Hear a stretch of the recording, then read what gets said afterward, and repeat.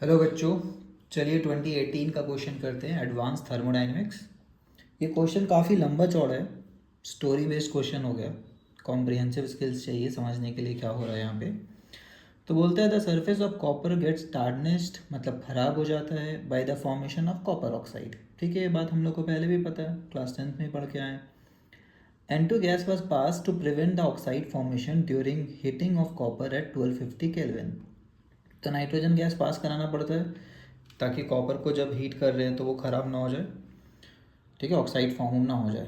However N2 में ना थोड़े पानी भी होते हैं। गड़बड़ यहाँ पे ये हो गया, कितना पानी होता है, 1% वाटर वेपर था, इम्प्योरिटी। और वाटर वेपर जो है वो ऑक्सीडाइज कर दे रहा है। गड़बड़ तो यहाँ पे ये है कि वाटर वेपर इसको फॉरवर्ड रिएक्शन ले जा रहा है। तो बोलता है कि H2 का कितना प्रेशर ले कम से कम कि भाई साहब ये फॉरवर्ड रिएक्शन ना हो, है ना, needed to prevent the oxidation of at 1250 kelvin. तो डेल्टा जी नेगेटिव ना हो फॉरवर्ड रिएक्शन का, या फिर फॉरवर्ड वाला फिजिबल ना हो, बैकवर्ड वाला फिजिबल हो जाए। तो अपने को पता है कि जब प्रोडक्ट बढ़ाते थे तो रिएक्शन बैकवर्ड भी जा सकता है ना, ली चैटलियर के अनुसार। तो यही बोल रहा है कि मिनिमम कितना H2 होना चाहिए कि भाई वो फॉरवर्ड ना जाए, बैकवर्ड भले चल जाए कुछ। तो value of L N P of H2 is इतना, ठीक है। तो वैल्यू बताना है, वो भी एल एन के फॉर्म में बताना है, मतलब पूरा सॉल्व तो करना नहीं है अपने को, ठीक है। इंटरेस्टिंग क्वेश्चन, एल एन के फॉर्म में ही आंसर पूछ लिया है। तो क्या क्या कर सकते हैं इसमें, और दो रिएक्शन भी दिया हुआ है और ये दोनों रिएक्शन का डेल्टा जी दिया हुआ है। हम लोग को पता है कि जैसे डेल्टा एच निकालते थे वैसे डेल्टा जी भी स्टेट फंक्शन है, हेस लॉ टाइप्स काम कर सकता है। और इन दोनों को अगर कुछ कमाल करके ये आ जाए तो मज़ा आ जाए। तो कॉपर 2 कॉपर एल में है इसमें, और एक पानी है। तो पानी है मतलब क्या करना पड़ेगा, 1 - 2। पानी यहाँ एक ही मोल है तो कोई कोएफिशिएंट से इनटू करने का ज़रूरत नहीं है। इक्वेशन 1 - 2 कर देंगे, ये इक्वेशन आ जा रहा है, ठीक है। आप चेक कर सकते हैं, हाफ O2 कट जाएगा क्योंकि ये इधर चल जाएगा। H2 RHS में एक बचेगा, H2O LHS में बचेगा और 2CU बचेगा, ठीक है।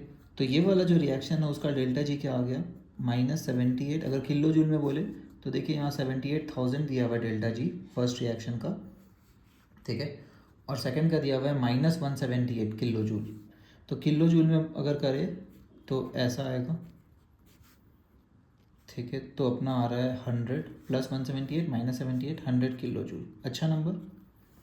तो वही है, रिसेंट एग्ज़ाम्स में अच्छे नंबर आते हैं, बट इस बार एलन हमसे काफ़ी मेहनत कराने वाला है ना, लॉग। तो यहाँ तक तो सब सही है। अब हम लोग को पता है कि डेल्टा जी और के का एक रिलेशन होता है, delta G standard is equal to -RT ln के, ठीक है। ठीक है, इक्विलिब्रियम में हम लोग मान लेते हैं डेल्टा जी 0 है। तो ओरिजिनल फॉर्मूला होता था delta G equal to delta G standard plus RT ln के, ये ओरिजिनल फॉर्मूला है ना। बट जब भी अगर रिएक्शन इक्विलिब्रियम में है तो डेल्टा जी 0 हो जाता है, ये वाला। तो हम लोग बोलते हैं delta G is equal to minus standard वाला इक्वल टू -RT ln के, ठीक है। अब यहाँ पे R का वैल्यू भी दिया हुआ है, बहुत अच्छी बात है, बहुत तरीके से मदद किया जा रहा है अपने को इस क्वेश्चन में। जेई वालों ने काफ़ी मदद करने की कोशिश की है। तो यहाँ देख सकते हैं कि जो वैल्यू है वो 8 किलो जूल दिख रहा है, ठीक, जूल, इनफैक्ट 8 जूल है।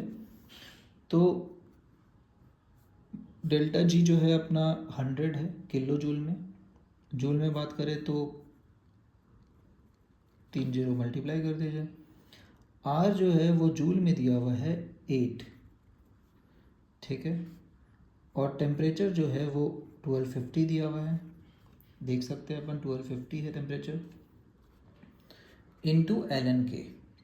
और ln के क्या होगा यहाँ पे, गैसियस या प्रेशर के फॉर्म में क्या होता है, प्रोडक्ट में अगर कोई गैस है तो उसका प्रेशर डिवाइडेड बाय LHS में जो भी गैस है उसका प्रेशर। तो पानी एक गैस की तरह है। और P ऑफ H2O कैसे पता चलेगा, देखिए इंटरेस्टिंग बात यह है कि एक टोटल प्रेशर जो था वो था 1 बार, ठीक है। यहाँ पे देखिए दिया हुआ टोटल प्रेशर 1 बार था। और इनिशियली क्या था, इनिशियली N2 था और पानी था, गैस, दोनों मिला के 1 बार हो गया। और बोला है कि लेकिन मोल वाइज रेशियो अगर बताए तो 1 मोल % है सिर्फ पानी। तो 1 मोल% पानी का है, जितना मोल% उतना ही प्रेशर में रिलेशन। तो 1% ऑफ 1 बार, तो पानी का एक्चुअली पार्शियल प्रेशर कितना था, 0.01 बार। तो यहाँ पे ये वैल्यू अपने को पता है, LNP ऑफ H2O निकालना है। ठीक है, तो पहले तो इस पे काफ़ी मेहनत करना पड़ेगा। 100 2 बार है, डिवाइडेड बाई 8 इंटू 125 है, इजिकल टू इसको लिख सकते हैं LN प्रेशर ऑफ H2O जो कि 0.01 था, divided by pressure of H2। क्यों ऐसा लिख सकते हैं, क्योंकि माइनस साइन को प्लस कर दिया अपन।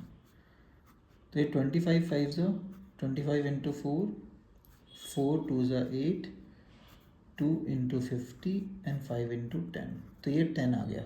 LN समथिंग इक्वल टू 10 आ रहा है। ठीक है, अगर ये लॉग होता तो बहुत मज़ा आता, बट अफसोस की बात ये है कि लॉग है नहीं। तो LN H2 निकालना है अपने को।